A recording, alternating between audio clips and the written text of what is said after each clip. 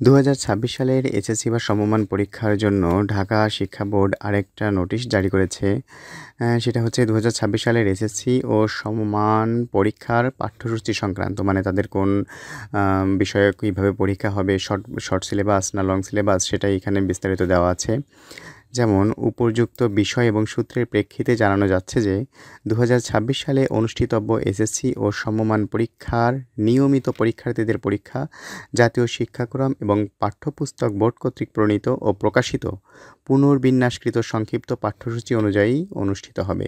তার মানে এই যে ২০২৬ সালে যারা নতুন পরীক্ষার্থী তারা কিন্তু শর্ট সিলেবাসে পরীক্ষা দেবে, যেটা কিছু অধ্যায় কমানো হয়েছে। যেমন প্রত্যেক সাবজেক্ট থেকে ২-৩ অধ্যায় করে কমানো হয়েছে। তারা কিন্তু সেই সিলেবাস অনুযায়ী পরীক্ষা দিবে।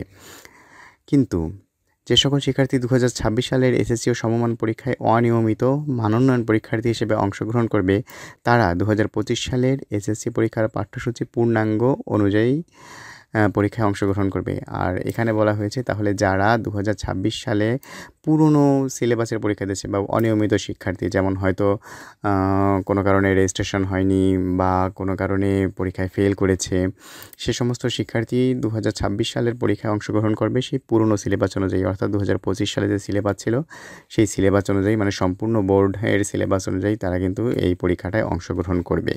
এই বিষয়টাই আসলে জানিয়ে দেওয়া হয়েছে বোর্ড থেকে। তাহলে মূল বিষয় হচ্ছে ২০২৬ সালে যারা নতুন পরীক্ষার্থী এসএসসি তারা শর্ট সিলেবাসে পরীক্ষা দিচ্ছে। শর্ট সিলেবাস মানে ১-২ অধ্যায় করে কমানো। কারণ এইসব শিক্ষার্থী মাত্র একটা বছর ক্লাস 10 পড়ার সুযোগ পেয়েছে, মানে 10-এ নতুন বই হয়েছে, একটা বছর পড়ার সুযোগ পেয়েছে। অন্যান্য শিক্ষার্থীরা কিন্তু 9-10 একই সিলেবাসে পরীক্ষা দেয় বা একই বই পড়ে। এজন্য যেহেতু তাদের সময় কম, সেহেতু তাদের একটু প্রত্যেকটা বই থেকে 1-2-3 এরকম কিছু অধ্যায় করে বাদ দিয়ে দেওয়া হয়েছে। সেই অধ্যায়গুলো বাদেই পরীক্ষা হবে। কিন্তু যারা ২০২৫ সালের শিক্ষার্থী ছিল, যারা ২৬ সালে আবার পরীক্ষা দিবে, তারা কিন্তু ২০২৫ সালের সিলেবাস অনুযায়ী এই এসএসসি পরীক্ষায় অংশগ্রহণ করবেন।